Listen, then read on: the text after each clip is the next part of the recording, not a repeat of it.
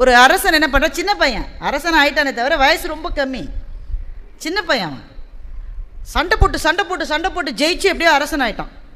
ஆனால் வாழ்நாளெல்லாம் போர்க்களத்திலேயே கழிச்சிட்டான். இப்போ தான் ஒரு மாதம் செட்டில் ஆகி அரண்மனைக்கு முதல் முறையாக வந்திருக்கான். இந்த அரண்மனை பந்தாலாம் அவனுக்கு தெரியவே தெரியாது. அதனால் நல்ல காஸ்ட்லியாக ஒரு ஷெஃப் அப்பாயிண்ட் பண்ணான். நிறைய சம்பளம் கொடுத்து அசலர் என்கின்ற ஒரு சமையல்காரரை தன்னுடைய தலைமை சமையல்காரராக அப்பாயிண்ட் பண்ணியிருக்கான். அசலர் முதல் நாள் அரசனுக்கு விருந்து என்ன ஸ்ப்ரெட் இருக்கும் யோசிச்சு பாருங்க. அவ்வளோ உணவு வகைகளை வைத்திருக்கிறார். இவனுக்கு சாப்பிடவே தெரியாது. இவன் எப்பவுமே போர்க்களத்தில் குதிரை முதுகில் உட்கார்ந்து கொண்டு சாப்பிட்டவன். எதை சாப்பிட்றதுன்னு தெரியல. அங்கேயும் இங்கேயும் பார்த்துட்டு ஒரு வாழைப்பழத்தை எடுத்தான். அதை தோலை உரித்து தூக்கி போட்டு அதை அப்படியே வாய்க்குள்ளே போட்டுட்டான். அந்த அசலர் சொன்னால் அறிவு இருக்காடா மடப்ப இல்லைன்னு. சுற்றி இருக்கிறவங்களாம் நடுங்கிட்டான். அரசனை பார்த்து சொல்கிறான், இந்த ஆளுக்கு இனிமேல் தலை இருக்காது. அந்த அரசனை நான் புத்திசாலி, நான் என்ன தவறு செய்தேன்னு கேட்குறான். அவன் தான் அரசனாக இருக்கணும். என்னையா நீ சொல்ல போனா என்பதல்ல, நான் என்னை எப்படி திருத்திக்கணும் என்று நினைக்கிறவர்கள் தான் தலைமை பதவிக்கு வருவதற்கு தயாராக இருக்கிறார். நீங்கள் பெரிய கலைஞர், நான் என்ன தப்பாக செஞ்சேன்? ஒரு குரங்கு வாழைப்பழத்தை சாப்பிட்டு நீ பார்த்துருக்கியா? அது ஒரு நாளும் தோலை அப்படியே உரித்து தூக்கி போடாது. கொஞ்சம் கொஞ்சமாக அந்த தோலை உரித்து தான் சாப்பிடும். ஏன் தெரியுமா? நமக்கு சில சமயம் தோணும், இந்த உலகத்துக்கு பழம் தானே வேணும், தோல் வேஸ்ட் தானே.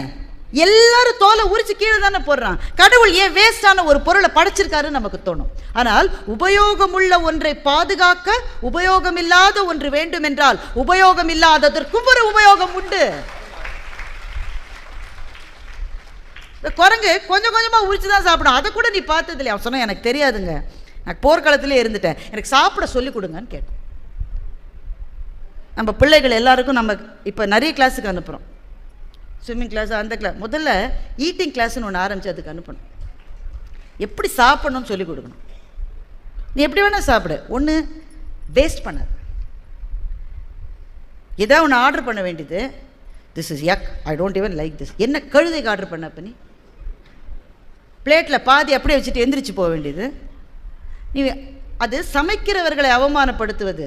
அந்த உணவை உன்னுடைய தட்டுக்கு கொண்டு வந்த விவசாயியை நீ அவமானப்படுத்துகிறாய். அப்படியே அது சாக்கடை இருப்பது, வேஸ்ட் பண்ணாது. உனக்கு எவ்வளோ வேணுமோ அதை மாத்திரம் போடு. சாப்பிட்ற அந்த 10 நிமிஷம் நீயும் உணவும் மாத்திரம்தான் இந்த உலகில் இருக்கிறீர்கள் என்று மாத்திரம் நினைத்து நீ சாப்பிடு.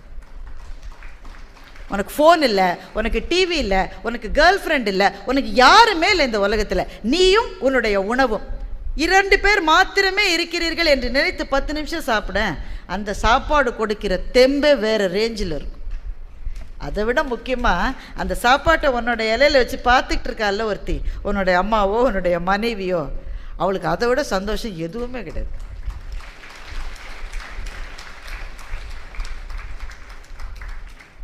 சாப்பிட கற்றுத்தருவதிலிருந்து வாழ்க்கையினுடைய விழுமியங்களை கற்றுத்தருகிற வரை கதைகள் தான் நம் கூடவே வந்து துணை செய்கின்றன. ஒவ்வொரு கதைக்குள்ளும் ஒரு கதை இருக்கிறது.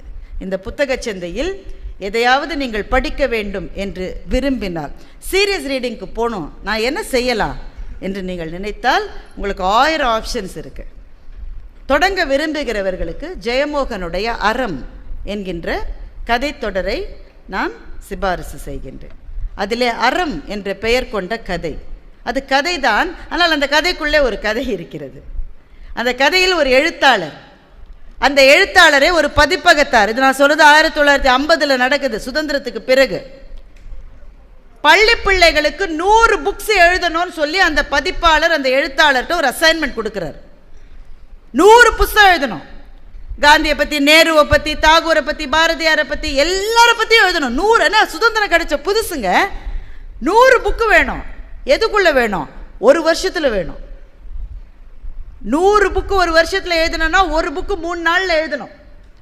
கம்ப்யூட்டர் கிடையாது, வேர்டு கிடையாது, முக்கியமாக சாட் ஜிபிடி கிடையாது. நீயே சொந்தமாக பேனா வச்சு எழுதணும். அந்த எழுத்தாளர் அந்த அசைன்மெண்ட்டை ஒத்துட்டார். ஏன்னா அவன் பொண்ணுக்கு கல்யாணம் பண்ணால் அவர்கிட்ட காசு இல்லை, ஏழை, பரம ஏழை. 5000 ரூபாவை ஏதோ கொடுக்குறதா ஒத்துக்கிட்டார்.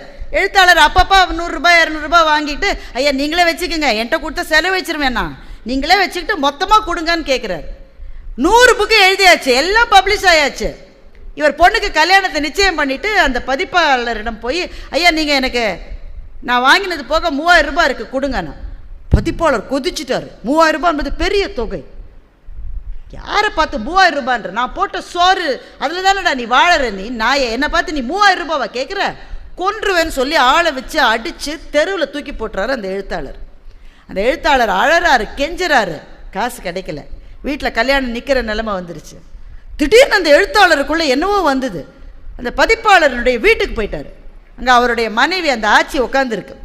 நல்ல தாட்டியான ஆச்சி. அது குழந்தைக்கு சோறு ஊட்டிகிட்ருக்கு. இந்த எழுத்தாளர் அங்கே போய் ஆச்சிட்ட, உன் தலைமுறையில் 7 தலைமுறையில் எவனுக்கும் படிப்பே வராதுன்னு சொன்னார். என்ன எழுத்தாளர், என்ன இப்படி சொல்லிட்டீங்க? இந்த ஆச்சி, அது படிக்கலை, ஆனால் உன் தலைமுறையில் எவனும் படிக்க மாட்டான்னு பயந்து போயிடுச்சு. என்ன இப்படி சொல்லிட்டீங்க? எனக்கு வர காசை உன் புருஷன் கொடுக்கலன்னா சரஸ்வதி சும்மா விட்டுருவாளா? உனக்கு உன் குடும்பத்துக்கே படிப்பு வராதுன்னு சொல்லிட்டு இவர் வந்துட்டார். இவர் வீட்டுக்கு வந்து படுத்துட்டார், கல்யாணம் கேன்சல்னு சொல்லிட்டு. அந்த ஆச்சி என்ன பண்ணிச்சு, எந்திரிச்சு போய் தன் கணவனின் கடை முன்னால் நின்றது. அந்த ஆச்சி, எழுத்தாளனுக்கு பணம் பாக்கியா? அதிலெல்லாம் நீ தலையிடாதம்மா, நான் பார்த்துக்கிறேம்மா, போமா. நீ பணம் பாக்கியா இல்லையா? நான் பார்த்துக்கிறேன்னு இல்லை, கடைசி காசு மட்டும் எழுத்தாளனுக்கு நீ கொடுத்தாதான் இந்த இடத்துலேருந்து நான் எந்திரிப்பேன்னு சொல்லி ஆச்சி நடுத்தெருவில் உட்காந்துருச்சு. சித்திரை மாசத்து வெயில். நீ எந்திரிமா எந்திரிமா எந்திரிமான்றார், எந்திரிக்க மாட்டேங்குது. என்னுடைய வீட்டு குலதெய்வம் நடுத்தெருவில் உட்காந்துருக்கியா அப்படின்னு அந்த பதிப்பாளர் ஓடி போய் அங்கேயும் இங்கேயும் திரிஞ்சு 3000 ரூபாய், ஏன்னா 3000 ரூபாய் யாத்தையுமே இருக்காது அந்த காலத்தில், கடன் வாங்கி எழுத்தாளரை போய், ஐயா நீ வச்சுக்க, என் குலதெய்வம் நடுத்தெருவில் உட்காந்துருக்கு. ஆட்சியை வந்து எழுப்புறாங்க, எழுப்ப முடியல. அந்த சித்திரை மாசத்து வெயிலில் தார் உருகி ஆட்சியோட புடவையோடையும் பாவாடையோடும் கால் சதையோடையும் ஒட்டிருக்கு. அவளை தரையிலேருந்து பிச்சை எடுத்து ஆட்சியை வீட்டுக்கு கொண்டு போகிறாங்க. எழுத்தாளனுக்கு காசு கொடுத்தியா? கொடுத்துட்டேன் தாய், கொடுத்துட்டேன் தாய். அந்த ஆட்சி சொல்லிச்சு, லட்சுமி வருவா போவா, சரஸ்வதி வருது ரொம்ப அபூர்வம், படிப்பு முக்கியா?